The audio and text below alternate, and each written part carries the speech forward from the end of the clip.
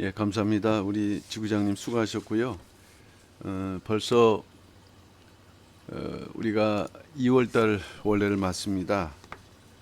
말씀하신 대로 시편 110편 3절 4절 주의 권능의 날에 주께 나오는 주의 백성들.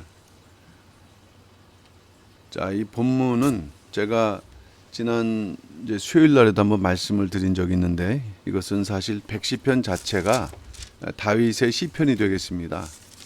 근데 이것이 중요한 것은 다윗이 성령의 감동을 받아서 예수님의 초림, 다시 말하면 십자가와 그 부활 그리고 승천 이후부터 재림과 심판까지의 순서, 그 구원의 과정을 함축적으로 기록을 하고 있다는 말씀이죠. 그렇기 때문에 구속사적으로 대단히 중요한 내용이 되겠습니다.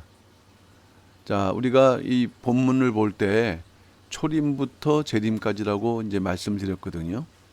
그러면 1절을 보면은요. 1절을 보면은 우편에 앉아 계심이라고 말씀했거든요.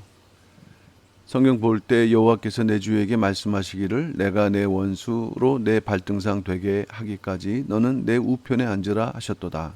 그러니까 성부께서 성자에게 내 우편에 앉아 계시라. 이것은 십자가와 부활, 승천 이후의 사건을 말씀하는 것이거든요.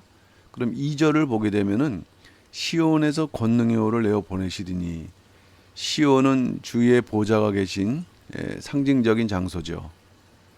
그런데 권능의 홀은 막대기거든요. 막대기. 이 막대기를 내어 보내신다. 이 막대기는 하나님의 말씀을 상징하는 거죠. 그러니까 하나님의 말씀으로 심판 때까지 통치하시는 교회 시대를 말씀하는 거고, 그리고 읽진 않았는데 5절을 보시게 되면은 재림과 심판에 대해서 기록을 하고 있죠. 주의 우편에 계신 주께서 그 노하시는 날에 열왕을 쳐서 파하실 것이라. 6절도 읽어보면 열방 중에 판단하여 시체로 가득하게 하시고 여러 나라의 머리를 쳐서 파하시며. 그러니까 이런 흐름을 볼 때 여기에 구속사가 담겨져 있는 것이에요. 주님의 재림과 심판. 자, 그런데 오늘 우리는 3절과 4절을 읽었습니다. 그럼 이것은 무엇을 의미할까요? 시편 105편에서 그 노하시는 날, 이것은 심판의 날이죠. 근데 3절에서는 이것을 주의 권능의 날이라고 말씀했거든요. 그러니까 결국 이 주의 권능, 오늘 제목과 같이 주의 권능의 날은 재림과 심판의 시간을 말씀하고 있어요. 근데 중요한 것은 오늘 보면 3절, 4절이라 했습니다. 이때 죽게 나오는 주의 백성들이 있다고 말씀했어요. 일반적인 기독교인들은 그저 죽으면 천국 간다라는 이런 아주 기본적이고 보편적인 그런 구원적인 생각을 갖지만 성경은 그렇게 간단하게 되어 있지 않습니다. 기본적인 틀은 천국 간다는 맞는데 이제 주님의 그 재림과 심판 직전에 죽게 나오는 백성들이 있다. 그들은 도대체 정체가 무엇이냐? 우리가 신구약 성경을 종합해서 볼 때 마지막 후3년반 심판, 그 후3년반이라는 환란을 갖다가 겪게 되는데 그 환란에서 승리하고 이제 새 예루살렘 성에 입성을 해야 되는 절차가 있어요. 그러한 역사를 위해서 먼저는 후3년반 환란에서 승리한 자들, 그리고 새 예루살렘 성에 입성하기 위한 그런 자들, 그들을 오늘은 뭐라고 말씀했느냐? 죽게 나오는 주의 권능의 날에 죽게 나오는 주의 백성이라고 말씀했죠. 우리 입장에서 보게 되면 마지막 성도들을 상징하고 있는 말씀이 되겠습니다. 그러면 우리는 이런 내용을 알고 여기에 합당한 조건을 갖춰야 돼요. 조건. 우리가 미국을 가더라도 우리나라 여권만 갖고 되지 않습니다. 미국 비자라는 게 있어요. 여러 가지 조건이 있고 또 들어갈 때 또 그 출입국 관리 거기에서 엄격한 그러한 것들을 다 확인해야 돼요. 마찬가지로 하나님께 나아가는데 어떤 그러한 자격 조건이 되는가? 그럼 우리는 거기에 어느 정도 합한가 하는 것을 살펴보겠습니다.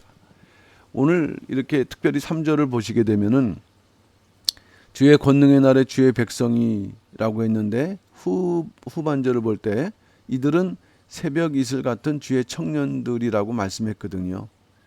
그래서 오늘 우리는 3절과 4절을 통해서 이 주의 권능의 날에 나오는 백성들을 세 가지 항목으로 우리는 조건으로 우리는 정리해 볼 수가 있습니다. 자, 첫 번째가 거룩한 옷을 입어야 된다 그랬어요. 거룩한 옷을 입고 있어야 된다. 시편 110편 3절 말씀이죠. 주의 권능의 날에 주의 백성이 거룩한 옷을 입고. 그렇다면 우리는 거룩한 옷을 입고 있는가? 옷은 무엇을 상징하는가? 옷은 구원을 상징합니다. 구원을 상징해요. 대표적인 구절이 구약을 볼 때 이사야서 61장 10절 말씀이죠. 이는 그가 구원의 옷으로, 이렇게 구원을 상징한다고 말씀했습니다. 그런데 좀 더 자세히 설명하고 있죠. 내게 입히시며 의의 겉옷으로. 겉옷이라고 말씀하면 속옷도 있다는 말씀이에요. 우리가 요한복음 19장 23절 말씀 볼 때 예수님이 십자가에 달려 들어가실 때 겉옷은 네 분깃을 남긴 데 비해서 속옷은 통으로 짠 옷이에요.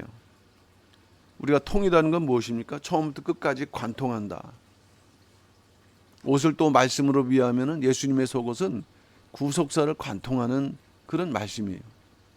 겉옷이 전 세계 사방으로 펼쳐지는 그러한 복음이라 한다면 이 마지막 때 하나님의 구속사를 관통하는 그런 말씀, 이 옷을 다 입어야 된다는 거예요. 결국 옷을 입는다는 걸 로마서 13장 14절 말씀 볼 때 예수 그리스도를 옷 입는 것. 그러면 나에게 이 예수 그리스도가 그 옷으로 이렇게 입혀져 있는가를 점검해 봐야 된다는 말씀이 되겠습니다. 요한계시록 특별히 마지막 때 대환란을 앞둔 성도들에게 경고의 말씀인데, 이 옷을 통해서 구원의 과정을 세 가지로 증거하고 있죠. 첫 번째가 속죄 은총의 옷입니다. 이것은 제가 지난번에 수요 족보기도 때 말씀드린 부분이니까 간단하게 말씀드리면, 속죄 은총의 옷이 지켜져야 된다. 요한계시록 7장 14절, 내가 가로되 내 주여 당신이 알리이다. 그가 나더러 이르되, 이는 큰 환난에서 나오는 자들인데, 그 큰 환난에서 나오는 자들의 공통점은 뭐냐? 어린 양의 피에 그 옷을 씻어 희게 하였느니라. 이거는 한 번, 이거는 단수입니다. 어쨌든 속죄 은총이 옷이 지켜져 있어야 된다는 말씀이에요.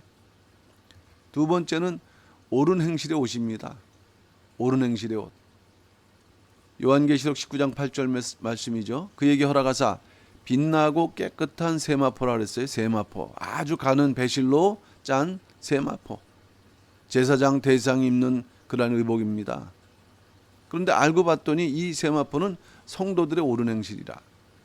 속죄 은총을 받은 사람들이 그 은총에 감격해서 옳은 삶을 살 때 입어지는 옷, 그래서 빛나고 깨끗한 옷.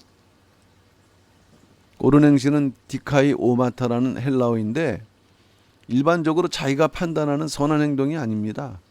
의로운 행동인데 뭐냐? 하나님의 말씀, 특별히 요한계시록이니까는 하나님의 심판에 부합하는 그러한 그 의로운, 내가 그 좀 고차원적인 그러한 내가 삶을 살고 있는가를 말씀하고 있는 것입니다. 우리는 지금 이 옷이 입혀져 있고 더 빛나가고 깨끗해지는 과정이 된다는 것을 믿으시기 바랍니다. 마지막 세 번째 옷은요, 회개와 성결의 옷을 입고 있어야 된다 그랬어요. 이 거룩한 옷에 포함되는 내용이죠. 요한계시록 20장 14절, 그 두루마기를 빠는 자들은 복이 있으니 이는 저희가 생명나무에 나가며 문들을 통하여 성에 들어갈 권세를 얻으려 함이로다 했는데, 이번엔 두루마기죠. 첫 번째는 흰옷, 두 번째는 세마포, 세 번째는 두루마기. 자, 흰옷은 한 번에 씻는 것인데, 두루마기는 뭐냐면은 계속적인 세탁. 다시 말하면은 새 예루살렘 성에 들어갈 권세를 얻기 위해서 세탁, 계속적으로. 이것은 회개, 그 결과 성결을 말씀하고 있거든요. 그러니까 새 예루살렘 성에 들어가는 성도의 징표는 마음속에 회개가 늘 살아있어야 되고, 자기를 돌이켜봐야 되고, 그리고 계속적으로 회개가 이루어지는, 절대로 마음이 강팍한 사람이 되어서는 안 된다. 마음이 강팍하게 되면은 하나님의 은혜가 임할 수 없거든요. 첫 번째 옷은 거룩한 옷이라 했습니다. 두 번째 조건은 즐거운 헌신이에요. 여기 제가 지난 수요일 날 이것을 주제로 말씀을 했기 때문에 간단하게 말씀드리는데, 시편 110편 3절, 주의 권능의 날에 주의 백성이 거룩한 옷을 입고 즐거이 헌신하니. 성경적으로 헌신은요, 어떤 것일까요? 뭐 성경적 이전에 헌신은 그 남을 위해서 자기를 포기하는 의미거든요. 성경적으로 뭐냐면은 그냥 단순한 남이 대상이 아닙니다. 하나님이 계시는 거예요. 하나님의 뜻을 위해서 자기 자신을 포기를 할 줄 아는, 그 첫 번째가 우리가 주의를 지키고, 그 다음에 성도의 본분 11조, 하나님의 뜻을 위해서 자기의 날, 자기의 재물을 포기하는 것 같은데, 사실 그것은 하나님의 것을 드리는 것이지 포기하는 것은 아니지만, 우리가 모를 때는 그렇게 생각할 수 있다는 거예요. 그러니까 결국 성경에서 말씀하시는 것은 자기의 생애의 주도권을 포기하는 것과도 같습니다. 자, 이런 걸 보니까는 헌신이라는 것은 뭘까요? 절대로 쉽지 않은 그런 하나의 행위예요. 교회에서도 우리가 헌신할 때는 뭔가 양보해야 되고 기다려야 되고 자기 자신 것을 내놓아야 되고. 대표적인 인물이 나오는데, 기드온과 300용사, 미디안과의 싸움을 갖다가 하는데요. 미디안과의 싸움에서 이 300명이 그의 엄청난 그러한 대적과 싸울 때 승리했죠. 했는데 그 과정이 역부족이다 보니까 피곤하고 힘든 그런 과정 속에서도 그들의 헌신이 나라를 살렸거든요. 이처럼 헌신은 힘든 일인데, 더군다나 여기 뭐예요? 헌신을 즐겁게 할 수 있는, 이것은 무엇을 의미할까요? 주의 권능의 날에 나오는 그 백성들의 특징 중에 하나가 즐거운 헌신인데, 그들은 이미 교회 생활을 통해서 헌신할 줄 아는 거예요.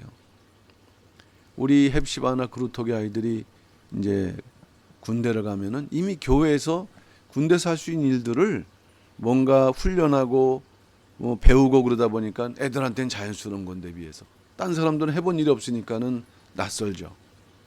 그러니까 그것을 이렇게 앞서서 할 수 있고 즐거워할 수 있는 그러한 헌신의 생활이 이미 그 몸에 배있고 훈련되고 연단이 되어 갖고 어떤 어려움도 즐거움으로 받아들일 수 있는, 결국 뭐냐, 성숙한 성도들을 말씀을 하고 있어요.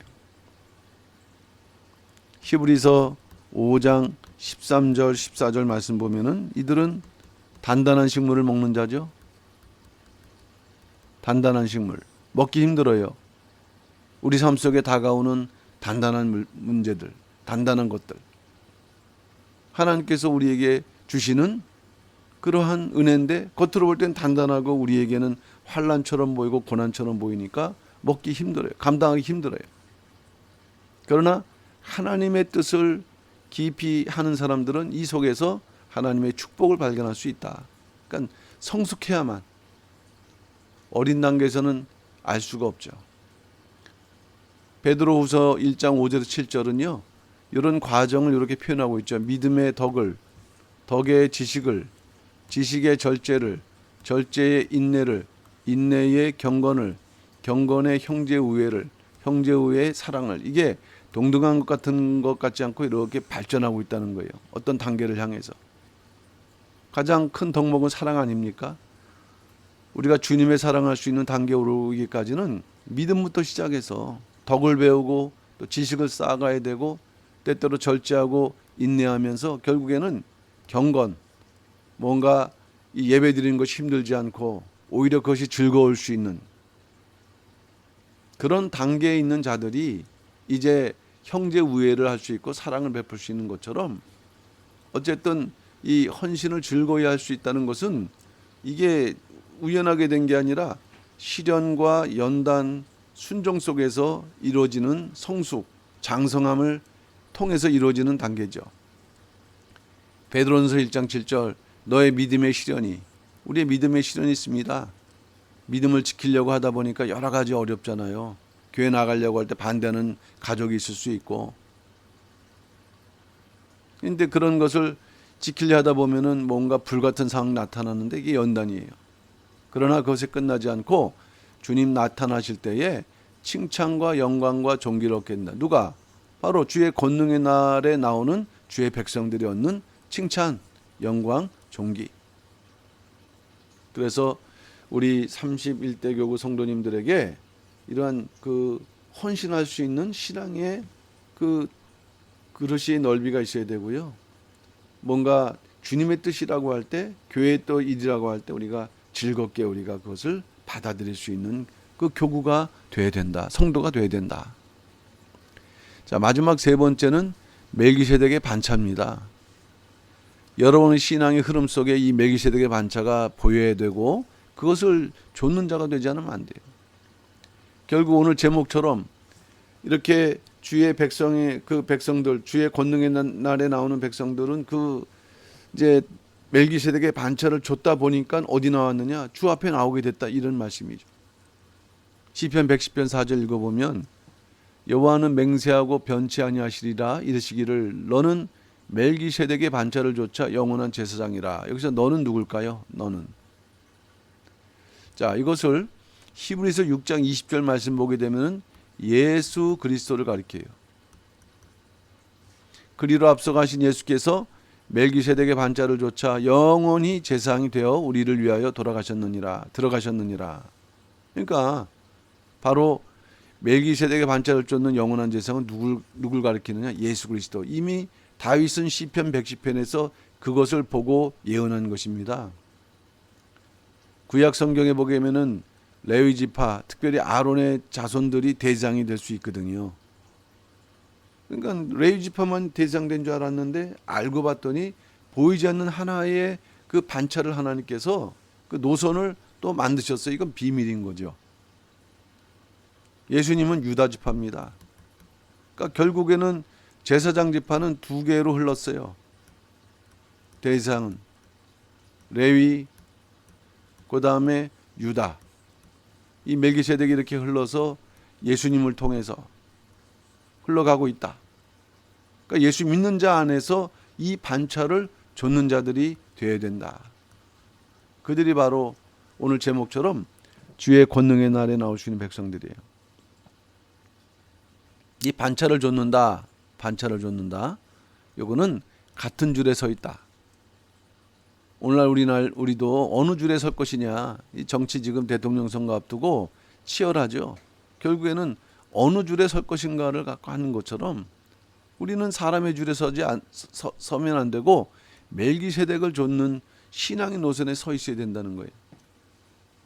멜기세덱이 성경 속에서 나타나는 중요한 인물인데 그 흐름을 우리가 모르고 있다면 안 돼요. 이거는 과거적이자 현재적이며 미래적인 거예요. 멜기세덱은 성경에서 딱 한 번 등장하죠. 언제? 창세기 14장에서 아브라함에게. 아브라함. 그러고는 등장하지 않아요. 그러다가 시편 110편에서 언급하고 또 히브리서 7장에서 언급하고. 알고 봤더니 신구약을 관통하는 대단히 중요한 인물. 어떤 인물인가? 멜기세덱은 성경에서는 평강의 왕이라 그랬어요. 이 사람은 제사장인데 제사장만이 아니라 왕이라 그랬어요. 또 의의 왕이라 그랬어요. 히브리서 7장 1절 이 멜기세덱은 살렘왕이요. 이 살렘 예루살렘 평강 지극히 높으신 하나님의 제사장이라 여러 임금을 쳐서 죽이고 돌아오는 아브라함을 만나 복을 빈 자라. 그러니까 아브라함에게 복을 빌었으니까 아브라함보다 높다는 얘기죠. 근데 그 이름을 번역한 적 아까 그랬잖아요. 살렘, 예루살렘, 곧 평강의 왕. 근데 여기서 중요한 것은 평강의 왕은 재림하시는 주님의 그 칭호, 직위를 말씀하고 있어요. 이사야서 9장 6절 대단히 중요한 구절인데 이사야가 그 예수님을 중심으로 한 구속 역사의 흐름을 시작부터 끝을 이렇게 표현하고 있죠. 이는 한 아기가 낳고 한 아들을 우리에게 주신 바 되었는데 그 어깨는 정사를 메었고 정사 이제는 청년이란 얘기예요. 아기였고 아들이었는데 이제 정사 기묘자라 모사라 전능하신 하나님이라. 야, 하나님의 아들인 줄 알았더니 전능하신 하나님이시네. 영존하시는 아버지시라. 우리는 예수님을 아들로만 했지만 그 구속 역사의 흐름은 이제 아버지가 되고 그 다음에 마지막 뭘까요? 평강의 왕. 이것은 재림을 말씀하고 있는 거예요. 재림하실 것이, 재림의 그러한 그 직위. 그러니까 멜기세덱이 평강의 왕이라는 것은 이 인물이 아브라함 때 나타나서 끝난 게 아니라 오히려 이 재림 때 등장할 그러한 하나님의 역사를 보여주는 인물입니다. 예표하는 인물이에요. 왜 그럴까요? 산자의 축복이 있기 때문이에요. 산자는 변화의 구원 역사의 그러한 표현인데 그의 대표적인 인물이 바로 멜기세덱이다. 히브리서 7장 3절 말씀을 볼 때 이 인물은 일단 아비가 없어요. 육신적이지 않다는 얘기죠. 어미도 없고. 이거는 영적인 존재라는 얘기죠. 족보도 없고 시작한 날도 없고 생명의 끝도 없어 하나님의 아들과 방불하여 항상 제사장으로 있느니라. 여기서 중요한 것은 족보가 없다고 그랬거든요. 족보. 이 족보는 죽은 자들의 기록이죠. 우리가 아직 족보에 기록된다 할 때 살아있을 땐 족보에 기록될 수가 없어요. 그러니까 죽은 자의 기록이니까 죽음이 없다라는 얘기죠. 다시 말하면 산자. 아브라함과 이삭, 야곱의 하나님, 산자의 하나님, 산자. 그럼 이것이 아브라함, 이삭, 야곱이 죽었는데 왜 죽은 자를 산자라 했을까? 이들에게 멜기세덱 죽지 않는 영원한 축복이 이들에게 흘러가고 있기 때문에. 그래서 예수님 안에 있는 구원의 역사는요, 두 가지입니다. 부활과 변화.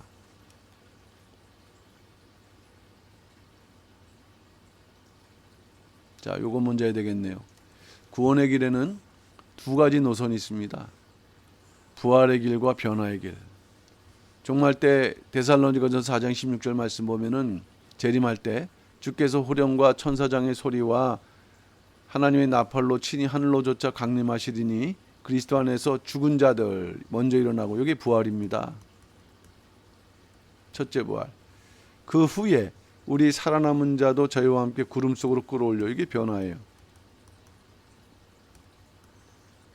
그러니까 하나님께서는 이 인간을 구원하시는 과정 속에서 이제 본래는 그 죽지 않고 사는 그것을 이룬 인물이 아담 이후의 에녹이죠. 그러나 죄가 왕노릇하는 세상이 되면서 이제 부활의 길이 열리고, 그러나 결국 하나님의 계획대로 마지막 때 죽지 않고 사는 이 변화의 축복이 있는데, 예수님께서도 이것을 말씀했어요. 요한복음 11장 25절 26절 예수께서 가라사대 나는 부활이요 생명이니 나를 믿는 자는 죽어도 살겠고, 요거는 죽었다가 살아나는 것이니까 부활이죠. 무릇 살아서 나를 믿는 자는 영원히 죽지 아니리니, 이것은 변화. 에녹이 샘플로 보여줬고 마지막 재림 때 이루어질 아직 남아있는 구원의 역사. 그러니까 결국 멜기세덱의 신앙 노선은, 그러니까 어떤 신앙을 갖고 있느냐. 아유, 나 이제 뭐 살다가 천국 가면 돼.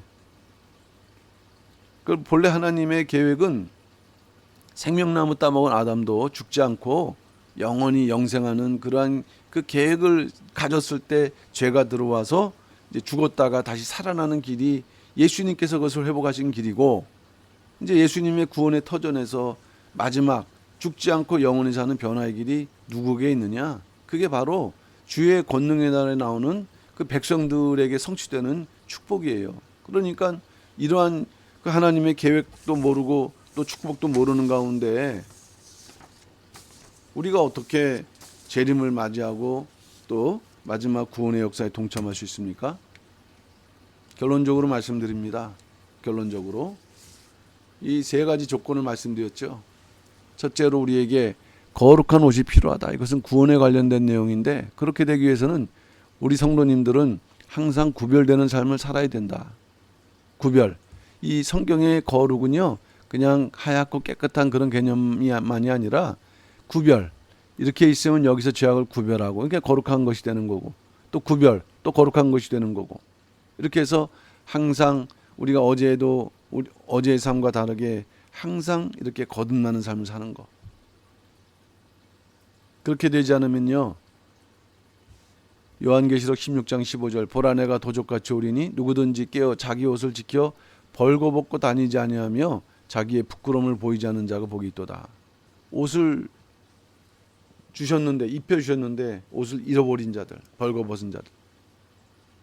그렇게 되지 않게 해서는 항상 생각과 말, 행동을 하나님의 뜻, 말씀의 기준에서 이렇게 구별해야 되는, 누가 완전한 삶을 살 수 있겠어요. 그러니까 계속 회개하라고 아까 말씀하지 않았습니까? 두 번째, 즐거운 헌신이 있어야 돼요. 자원하는 마음이 있어야 되는 거예요. 우리 마음 속에. 다윗이 시편 51편 12절 자원하는 심령을 요구했어요. 기도로. 그러니까 이것도 우리가 자원한다고 되는 게 아니라 하나님의 은혜가 임할 때 봉사가 되고 헌신이 될 수 있는 앞서가는 삶. 무슨 일 없나 이렇게 우리가 해야지, 무슨 일 시킬까 아닌가 막 이런 식으로 우리가 마음가짐이 그래서는 안 된다.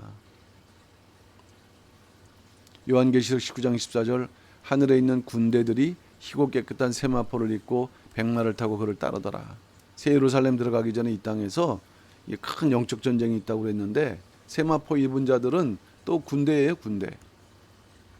군대가 돼서 영적 전투에 이렇게 싸울 때 그런 것을 두려워하지 않고 자원하는. 그러니까 오늘날 교회가 하나의 지표죠. 교회 생활을 할 때 내가 어떤 마음으로 하고 있는가. 마지막 세 번째, 멜기세덱의 반차, 신앙. 신령한 역사를 쫓아가기 위해서 먼저 이렇게 보이지 않는 그런 이면에 있는 하나님의 구원 역사를 볼 수 있는 통찰력이 있어야 된다. 지혜가 있어야 된다. 통찰력과 지혜. 그래서 이런 걸 가지고 어느 길이 올바른 길인가, 어느 교회가 올바른 말씀을 가르치는가. 그러할 때 결국 이들 주 앞에 나온 자들은 만국의 영광과 존귀를 가지고 새 예루살렘의 성에 들어간다고 말씀했습니다. 그래서 우리 31대 교구 성도님들이 다 이 같은 주의 권능의 날을 바라보면서 또 거기에 합당한 믿음으로 이렇게 다 세 가지를 갖추기를 노력하심으로 우리가 마지막 때 환난을 통과한 다음에 그 주님 부르실 때 한 분도 낙오됨 없이 이 부르심에 다 동참할 수 있는 우리 모든 31대 교구 여성교회 성도들 다 되시기를 주님의 이름으로 축원합니다. 예.